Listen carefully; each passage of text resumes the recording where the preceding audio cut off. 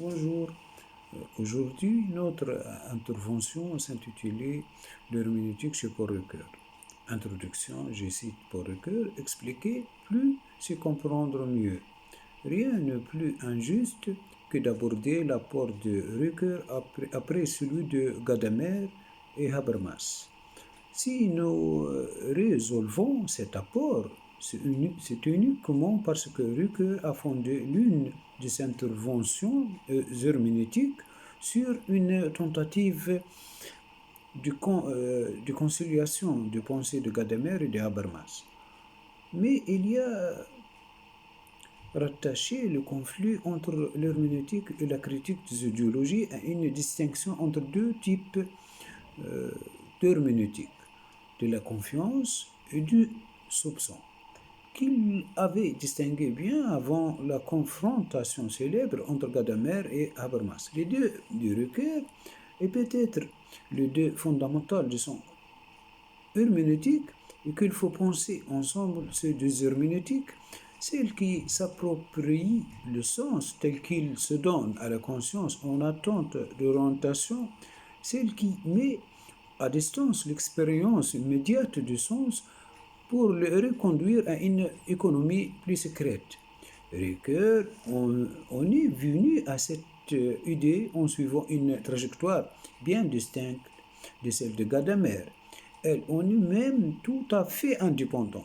Ces fondements ont été jetés dans des œuvres parues au cours des années 1950 et 1960, comme la philosophie de la volonté et de l'interprétation sur Freud, 1965, et le conflit des interprétations, 1969, où la présence de Gadamer n'est pas tout du tout sensible. Elle restera d'ailleurs assez discrète dans les ouvrages ultérieurs de Paul Ricoeur. Pourtant, tous deux s'abreuvaient à la même tradition herméneutique de Schleiermacher, Bultmann, Heidegger, mais à des degrés divers et des intentions différentes. Mais quelle est la différence chez Paul Ricoeur entre l'herméneutique symbolique et l'herméneutique narrative? Comment Ricoeur va dépasser l'herméneutique de soi vers la fondation d'une herméneutique de conscience historique? Mais avant, dans quelle mesure Paul Ricoeur était considéré comme un philosophe fondateur de l'herméneutique phénoménologique? Première partie, l'herméneutique phénoménologique. Quelle relation peut-il avoir entre l'herméneutique et la phénoménologie? D'une part, le terme d'herméneutique fait penser immédiatement à Dilthey et se présente comme une méthode pour les sciences humaines, sciences de l'esprit. Elle relève alors des perspectives psychologisantes de la notion de compréhension. Le terme de phénoménologie évoque la position idéaliste de Husserl, laquelle requiert de mettre toutes les sciences existantes entre parenthèses par la réduction phénoménologique pour rendre possible la description pure de ce qui apparaît à la conscience. D'une part, le terme phénoménologie évoque la philosophie allemande et le travail logique de Husserl qui cherche leur méthode dans la logique de Kant et dans la philosophie de Hegel. De ce point de vue, il me semble impossible de relier l'herméneutique et la phénoménologie. Il nous semble cependant qu'aujourd'hui, les conditions qui rendent possible une communication entre l'herméneutique et la phénoménologie sont réunies. Rappelons d'abord que la structure de la philosophie de la volonté, qui est un des premiers ouvrages de Paul Ricoeur, comprend trois parties. La première traite de la phénoménologie pure de la volonté, la deuxième est une empirique de la volonté, et la troisième une herméneutique de la volonté. Ce qui importe ici, c'est le fait que l'empirique joue un rôle de médiation entre la phénoménologie et l'herméneutique. En plus, la méthode philosophique de Paul Ricoeur s'articule s'articulent ainsi selon le schéma de trois étapes. La phénoménologie, l'herméneutique et la troisième qui médiatise les deux. Une herméneutique générale peut signifier deux choses, soit une théorie universelle et normative de l'interprétation qui propose des règles universelles, valides pour toutes les sciences interprétatives, ce qui correspond en gros au programme d'auteurs comme Schleiermacher-Dilthey, soit une réflexion philosophique sur le phénomène de la compréhension et le caractère interprétatif de notre expérience du monde au XXe siècle. C'est ce second sens de l'herméneutique universelle qui s'est imposé à la conscience. Les plus grands artisans de cette réflexion herméneutique auront été Heidegger, Gadamer et Ricoeur. Or, ces trois auteurs ont en commun d'avoir présenté l'herméneutique comme un certain infléchissement nécessaire de la phénoménologie. Seulement Heidegger, Ricoeur, Gadamer se sont expliqués de manière très différente sur la dette de l'herméneutique envers la phénoménologie, qui est bien sûr aussi une dette de la phénoménologie envers l'herméneutique. Jusqu'à Ricoeur et Gadamer, il était plus juste de parler d'une tension latente mais réelle entre la phénoménologie et l'herméneutique. Ricoeur parlant même d'une subversion de la phénoménologie par l'herméneutique. Si elle était plutôt latente, c'est que ni Husserl ni Heidegger ne s'étaient vraiment expliqués avec toute la clarté souhaitable sur le lien entre les deux types de regards. Ensuite, on peut citer conflit des interprétations. Ces essais d'herméneutique portaient la marque de bouillonnement intellectuel des années 1960. Les sciences humaines sont éclatées le cadre reçu de l'interprétation. Le premier mérite de Ricoeur est de reprendre ce que disaient les sciences de l'homme pour mesurer comment et pourquoi naît ce conflit des interprétations. On est loin ici d'une philosophie se contentant de rappeler à haut cri le sens face à la mort du sujet. S'il s'agit d'explorer le voie ouverte à la philosophie contemporaine par cette nouvelle donne, il faut passer par le détour de l'analyse longue, par l'exégèse de la Bible et les disciplines religieuses qui feraient à l'origine du problème herméneutique. Au terme de cette analyse seulement, il sera possible à nouveau de donner un sens acceptable à la notion d'existence. Peut-on écrire sur Freud sans être ni analyste ni analysé? Non, s'il s'agit d'un essai sur la psychanalyse comme pratique vivante.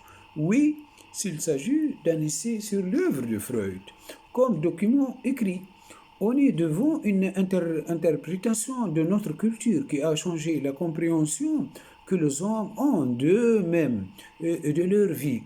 Cette interprétation, elle appartient aux philosophies de la justifier, d'en déterminer le sens et les limites. Comme le montre pour Ricoeur, seule une méditation sur le langage peut accueillir l'exégèse freudienne de nos rêves, de nos mythes et de nos symboles. En retour, cette exégèse fait éclater la philosophie du sujet. Cet ouvrage ne se borne pas au débat d'un philosophe avec Freud.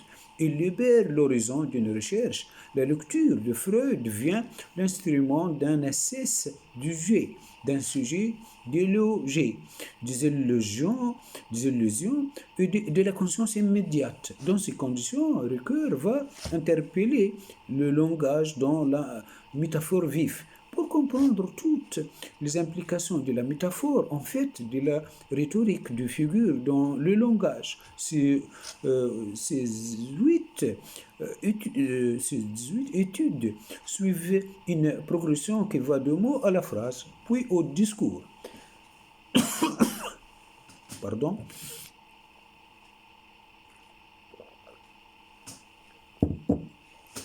Disait origine à nos jours, la rhétorique a pris le mot pour unité de référence. En ce sens, la métaphore n'est que déplacement et extension du sens de mots. De lors que la métaphore est replacée dans le cadre de la phrase, elle n'est plus une dénomination déviante, mais un énoncé impertinent. Emile Bénéveniste est ici l'auteur qui permet à l'analyse de franchir un pas décisif avec l'opposition entre une sémiotique pour laquelle le mot n'est qu'un signe dans le code lexical et une sémantique où la phrase porte la signification complète minimale en passant de la en passant de la phrase au discours proprement dit, poème, récit, discours philosophique. On quitte le nouveau sémantique pour le nouveau herméneutique. Ici, ce qui est en question n'est plus la forme de la métaphore comme pour la rhétorique, ni son sens comme pour la sémantique, mais sa référence, c'est-à-dire la réalité en dehors du langage.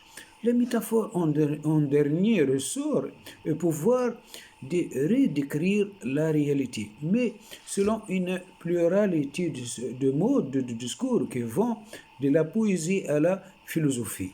Dans tous les cas, nous sommes fondés à parler de vérité métaphorique. On cite le livre de Paul Ricoeur, Temps et récit. Temps et récit explore, après la métaphore vive, le phénomène central de l'innovation sémantique. Avec la métaphore, celle-ci consistait à produire une nouvelle pertinence de sens par le moyen d'une attribution impertinente. Avec le récit, l'innovation consiste dans l'invention d'une intrigue de buts, de causes, des hasards relevant à titre divers du champ pratique, sont alors rassemblés dans l'unité temporelle d'une action totale et complète. La question philosophique posée par ce travail de composition narrative est celui du rapport entre le temps du récit et celui de la vie et de l'action affective. Plusieurs disciplines sont convoquées à la base de ce grand débat entre temps et récit, principalement la phénoménologie de temps, l'historiographie, la théorie littéraire du récit et de fiction. Temps et récit a mis en place dans une première partie le test de Paul Ricoeur qui se précise tout au long du 3 temps, selon laquelle le récit comporte 3 rapports mimétiques au temps, agi et vécu, au temps propre de la mise en intrigue, au temps de la lecture. Dans une deuxième partie, l'ouvrage met ce schéma à l'épreuve sur l'histoire. Son récit 2 est consacré à mettre à l'épreuve la théorie de la narrativité exposée dans la première partie, dans la région non plus de récit historique, mais cette fois de récit de fiction. Dans le récit 3, le temps raconté, Ricoeur explore, après la métaphore vive, le phénomène central de l'innovation sémantique. Euh, avec la métaphore, celle-ci consistait à produire une nouvelle pertinence de sens par le moyen d'une attribution impertinente.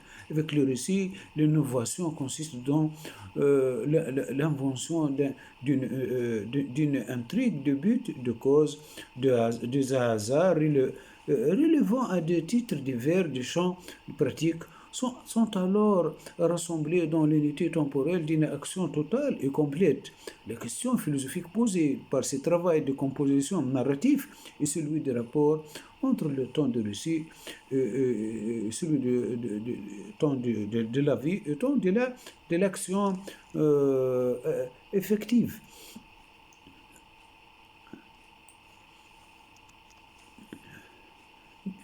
Maintenant, temps et récit 3 démontre tout d'abord que la phénoménologie, en approfondissant, de Saint-Augustin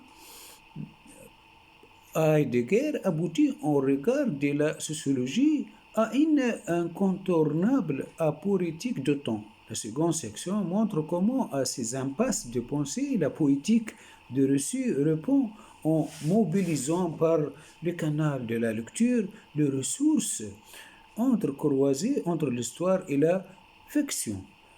Maintenant, on cite le livre de Paul Ricoeur des textes à l'action, qui rassemble les principaux articles rédigés par Paul Ricoeur depuis le conflit des interprétations, sans, non sans lien avec la publication d'œuvres maîtresses, la métaphore vive, le trois tomes du temps et récit.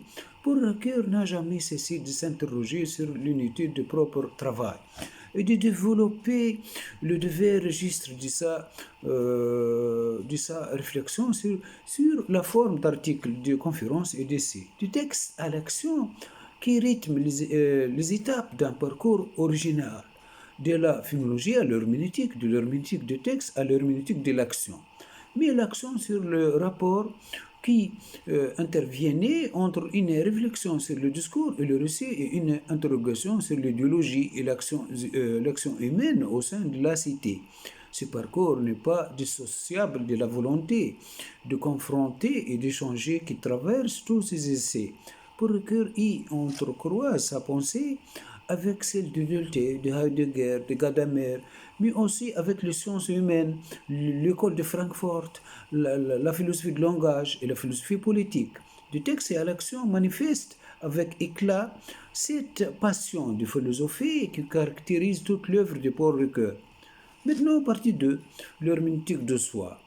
Tenu pour le réfléchi de toutes les personnes grammaticales, comme dans l'expression de le souci de soi, inspiré de Michel Foucault, le soi renvoie immédiatement à la question de son identité, qui est le locuteur du discours, qui est l'agent ou les passions de l'action, qui est les personnes du récit, qui porte la responsabilité d'un acte.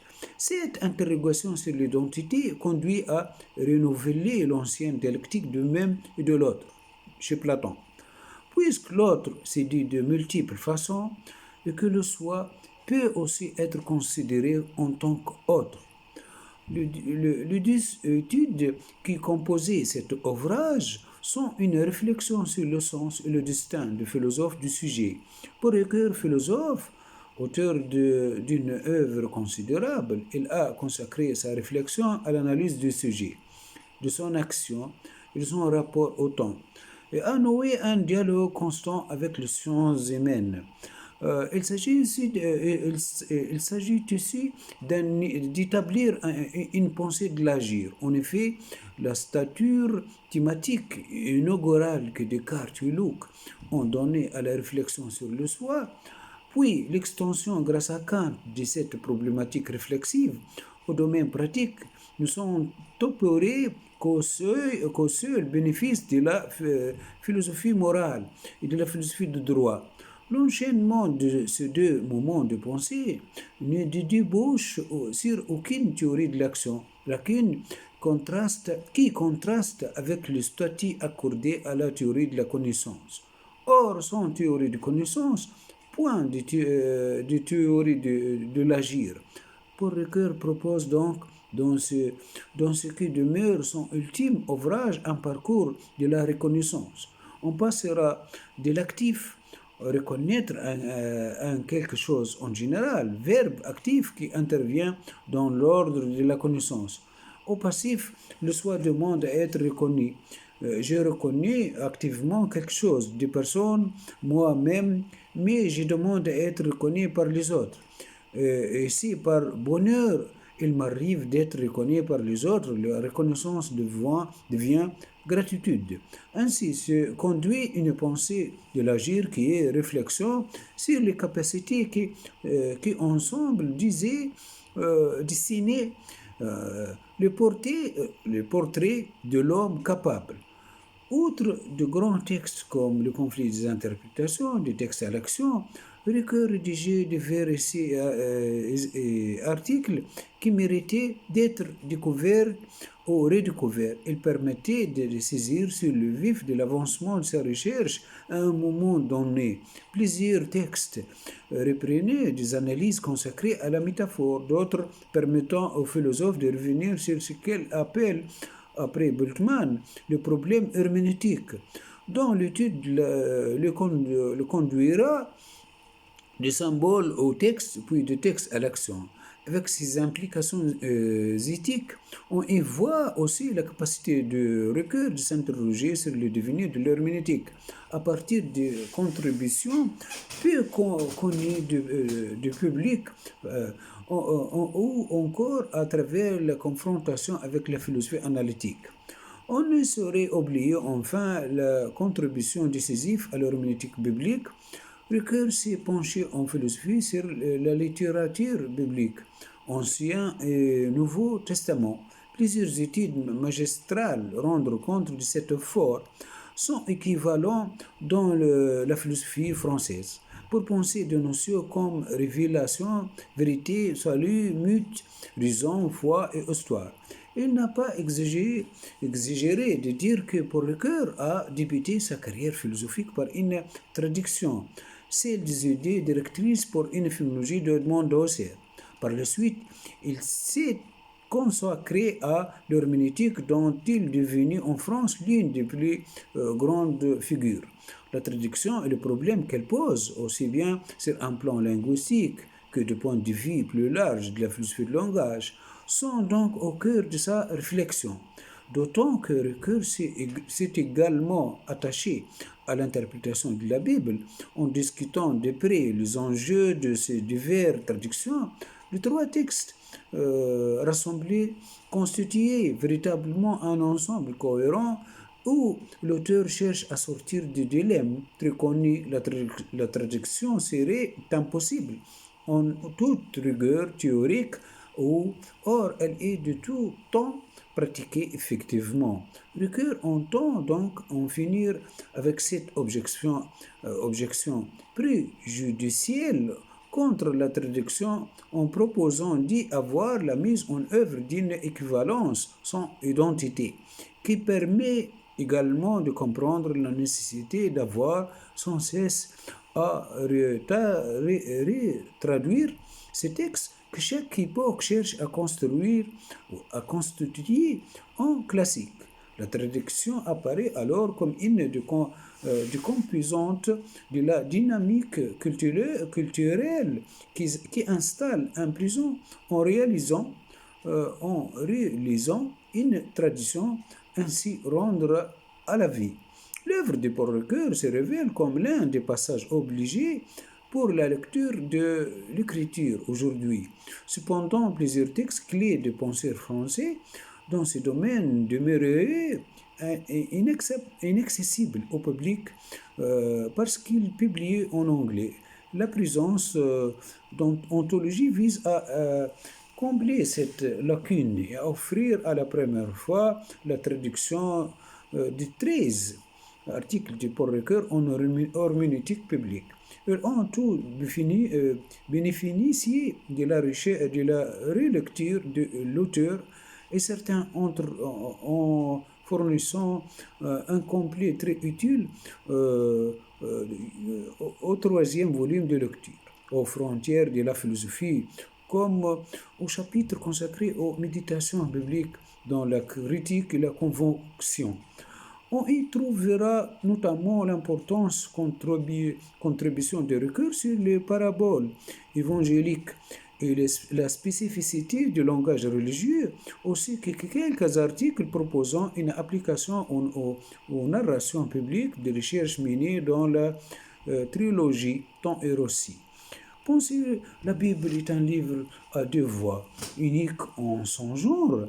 Un exégète patenté, spécialiste de l'approche historique du littéraire et l'un des plus grands philosophes du XXe siècle, aborder ensemble 6 textes clés de l'Ancien Testament, chacun avec sa grille de lecture, son savoir, son style, ses préoccupations propres, tandis que André Lacocque fait une véritable démonstration des ressources et de la subtilité de recherche historio-critique pour Ricoeur sans jamais quitter ce soubassement exégétique, montre à quel point la Bible donne à penser et comment la tradition biblique est insérée dans l'histoire de la pensée occidentale. Partie 3 maintenant, l'herméneutique de la condition historique. L'ouvrage comporte trois parties nettement délimitées par leur thème. L'ouvrage de Histoire, Mémoire, Oubli comporte trois parties nettement délimitées par leur thème, leur méthode. La première consacrée à la mémoire et au phénomène mnémonique est placée sous l'égide de la phénoménologie au sens australien du terme. La deuxième, dédiée à l'histoire, relève d'une épistémologie du sens historique. La troisième, culminant dans une médiation sur l'oubli, s'encadre dans une herméneutique de la conscience historique des humains que nous sommes. Pour quel site, je reste troublé par l'inquiétant spectacle que donne le trop de mémoire ici, le trop d'oubli ailleurs, pour ne rien dire de l'influence des commémorations et des abus de mémoire et d'oubli, les deux d'une politique de l'agisme mémoire et à cet égard un de mes thèmes civiques avoués. Fin de citation. À non pas doter l'herméneutique de la conscience historique occupe dans l'œuvre de Paul Ricoeur une place de choix. Elle constitue, à mon sens, le principal pivot de son projet d'anthropologie générale de l'homme capable. On pourrait même se risquer à affirmer qu'elle joue pour Ricoeur, au titre d'une philosophie seconde explicitée comme telle le rôle d'une désormais impossible philosophie première, à prétention fondationnelle, d'après le philosophe moderne de la réflexion, à la condition expresse d'en marquer le moment éthique et pratique. On peut y avoir une manière originelle d'entériner la conscience radicale d'hystéricité en tant que rapport à soi privilégié des modernes, sans pourtant sombrer dans les apories du relativisme et de l'historicisme. La condition historique, tel est l'intitulé de la troisième partie de la mémoire, l'histoire, l'oubli, publié par Ricoeur en 2000, précédant l'épilogue sur le pardon difficile. Elle fait suite à une philologie de la mémoire dans la première et une épistémologie de l'histoire dans la seconde partie de l'ouvrage. Ici, l'on remonte en un mot dans la production ricoeurienne, on constate que ce développement sur la condition historique s'inscrivait dans le prolongement direct d'un dernier chapitre avant les conclusions écrites, un an après la fin de la rédaction de Temps et Récit. Dans du Temps et Récit 3, intitulé Vers une herméneutique de la conscience historique. Du point de vue donc, il y a une relation entre l'herméneutique de la conscience historique et vers l'article, vers un chapitre, vers une herméneutique de la conscience historique. Du point de vue terminologique, la conscience historique est devenue la condition historique. Mais le questionnement herméneutique englobant demeure chaque sentier dans Temps et Récit, à la mémoire, l'histoire, l'oubli. La thèse principale soutenue ici après défend l'idée d'une part que Ricoeur redéploie son herméneutique de la conscience historique à partir de l'analyse heideggerienne de l'expérience temporelle de Dasein, et d'autre part qu'il le fait en marquant un certain nombre de désaccords fondamentaux avec le cadre heideggerien initial, un cadre qu'il s'emploie en conséquence à amender minutieusement afin de lui construire un vis-à-vis épistémologique sur le plan gnosologique et de le lester au plan éthico-pratique d'une philosophie normative de l'action sur laquelle se trouve gagé ce que Ricoeur appelle le référent ultime du discours historiographique. La thèse adventiste soutenue au fil de notre propos indiquent, selon Ricoeur, combien cet amendement de cadre heideggérien de départ aurait pu être encore plus massif si Ricoeur avait reçu un texte capital de Reinhard Koselleck intitulé Théorie de l'histoire et herméneutique, dirigé à la fois entre l'ontologie fondamentale de Heidegger et l'herméneutique universelle de Gadamer. Dans le sillage direct après amendement de la seconde section de lettres et temps d'Heidegger, la condition historique se trouve d'abord définie par Ricoeur comme conditionnalité existentielle.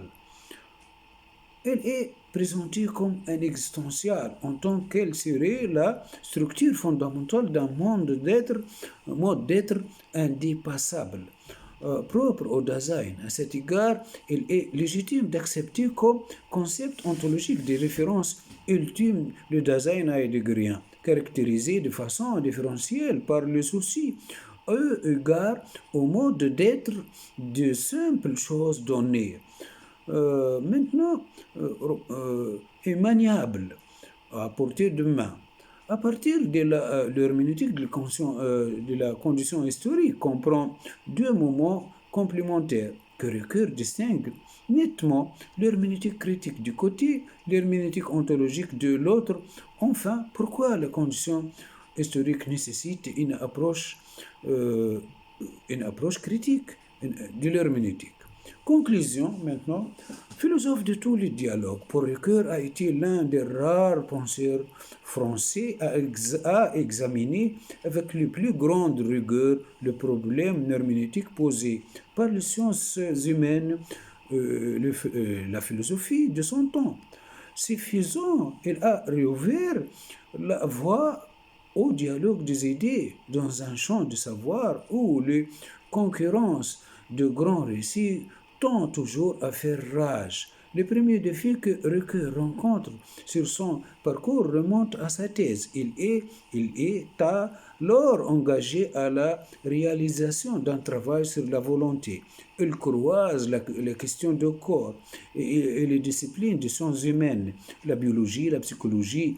S'il accueille la psychologie dans sa recherche, Ricoeur tient toute forme de réductionnisme naturaliste comme l'adversaire désigné. Il s'efforce de bien distinguer le type d'approche en faisant la part de ce qui relève du discours proprement scientifique et du discours philosophique. Grâce au détour par les sciences expérimentales, la philosophie réflexive explique-t-il peut mieux éprouver ses limites.